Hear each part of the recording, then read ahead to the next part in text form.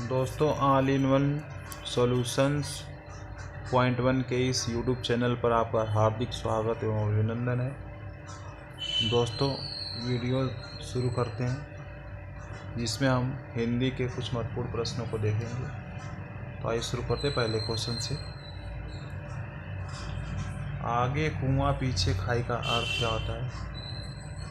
दोस्तों, आगे कुआं पीछे खाई का अर्थ ये होता है कि हमको दोनों तरफ से मुसीबत ही मुसीबत दिखाई दे, तो इस लोकोक्ति का अर्थ हो जाएगा दोनों ओर से मुसीबत ही मुसीबत।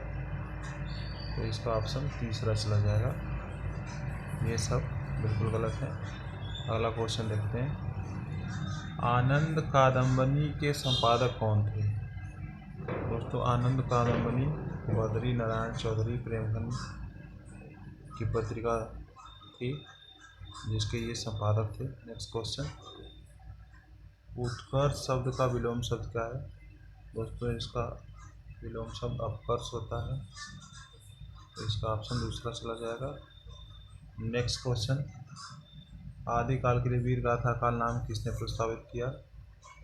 वीर गाथा काल आचार्य रामचंद्र शुक्ल ने कहा था, इसलिए इसका ऑप्शन तीसरे के साथ चला जाएगा। दोस्तों, नेक्स्ट क्वेश्चन। आज रामचरितमानस की भाषा क्या है? दोस्तों, इसका ऑप्शन अवधी है, तो इसका हमारा ऑप्शन पहले के साथ चला जाएगा। नेक्स्ट क्वेश्चन है। निम्नलिखित में से शुद्ध वर्तनी वाला शब्द कौन सा है? दोस्तों, अंतर्राष्ट्रीय हिंदी के रूप से सही है, और अंतर्राष्ट्रीय जब इसका होगा तो पहला हो जाएगा संस्कृत में, और हिंदी में हम दूसरा ही लगाएंगे। Next question. मृगावती किसकी रचना है? दोस्तों, मृगावती कुतुबन की रचना है। मंजन की मधुमालती है। तो दोस्तों, इसको ध्यान देने की ज़रूरत है। कुतुबन, मृगावती, मंजन, मधुमालती। जैसी की पद्मावत है। मुल्ला दाऊद उस्मान की रचना है। नेक्स्ट क्वेश्चन बढ़ जाते हैं। मुदरी का तत्सम रूप दोस्तों क्या है? इसका तत्सम रूप मुद्रिका है। मुद्रिका। ऑप्शन अगले की तरफ चलते हैं। इनमें कौन सा शब्द तद्भव है? दोस्तों, तद्भव भौरा तद्भव है। मधुकर, भ्रमर, मधु ये आपके तत्सम शब्द हैं।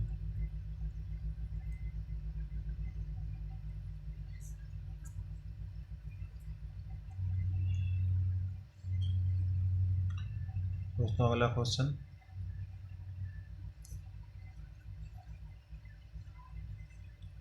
यथाशक्ति में समास कौन सा है? अव्ययी भाव, तत्पुरुष, द्विगु, कर्मधारय।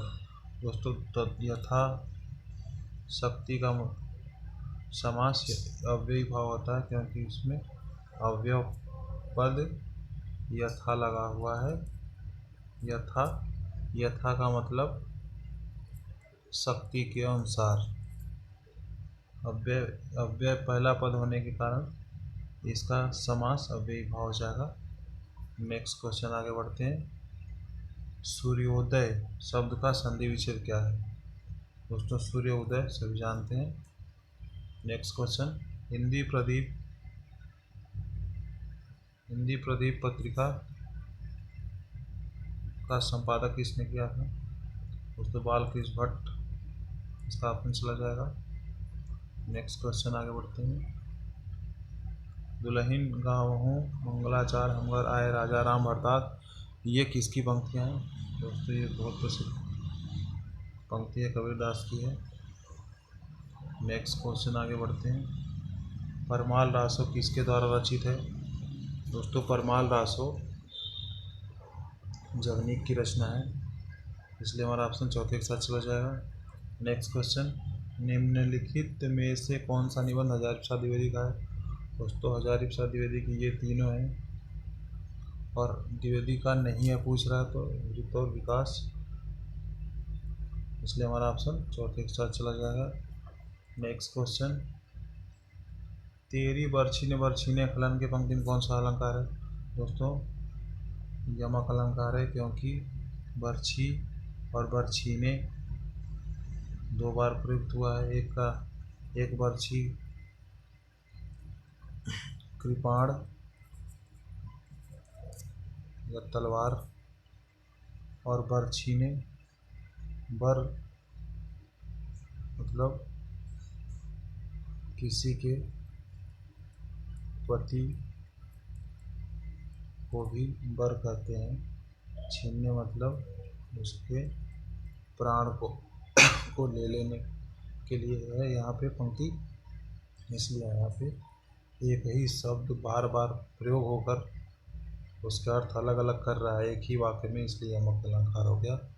नेक्स्ट क्वेश्चन आगे बढ़ते हैं।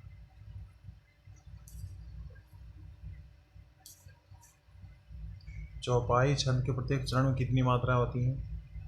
दोस्तों 16 मात्राएं होती हैं। इसमें 4 चरण होते हैं चौपाई में, चारों में 16-16 मात्राएं होती हैं।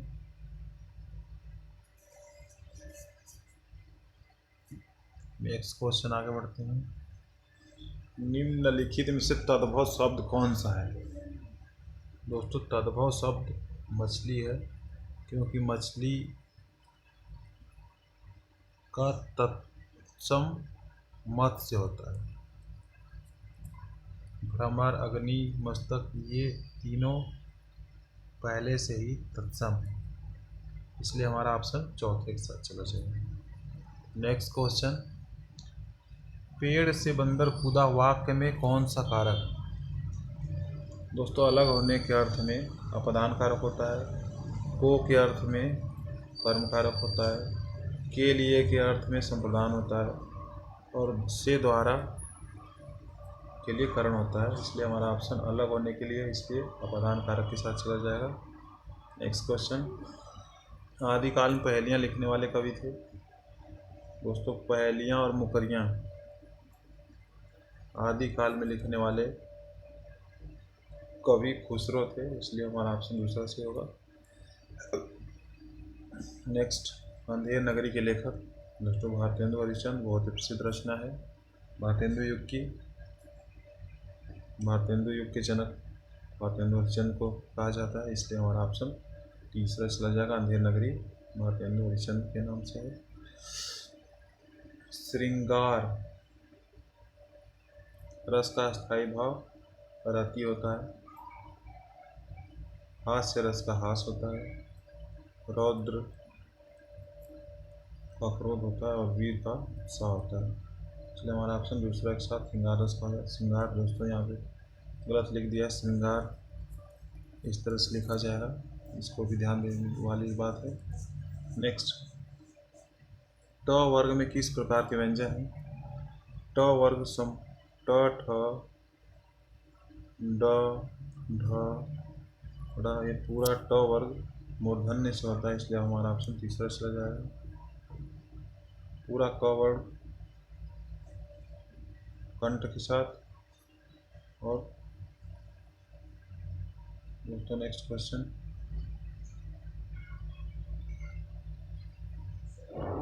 विनय पत्रिका की भाषा कौन सी है? दोस्तों विनय पत्रिका की भाषा ब्रज है। नेक्स्ट क्वेश्चन, आचरण की सभ्यता किसका निबंध है? दोस्तों आचरण की सभ्यता सरदार फूल सिंह की रचना है। नेक्स्ट क्वेश्चन, जो वाणी द्वारा व्यक्त किया जा सके उसको अनिर्वचनीय कहते हैं, इसलिए हमारा ऑप्शन तीसरा चला जाएगा। अष्टछाप के कवि कौन है? कौन नहीं है यहाँ पूछ रहा है, तो अष्टछाप के कवि नाभादास नहीं है। अष्टछाप में 8 कवि हैं, सुकु, पकरी और चगोछिन, उसके आधार पे हम 4-4-8 कर लेंगे। नाभादास का नाम यहाँ पे नहीं है। नाभादास ने भक्तमाल की रचना की है, जो लगभग हर परीक्षाओं में पूछा जाता है, इसलिए इसको भी याद रखिए। कवितावली के रचनाकार कौन है? दोस्तों कवितावली के रचनाकार तुलसीदास जी हैं, इसलिए हमारा ऑप्शन तीसरा चला जाएगा।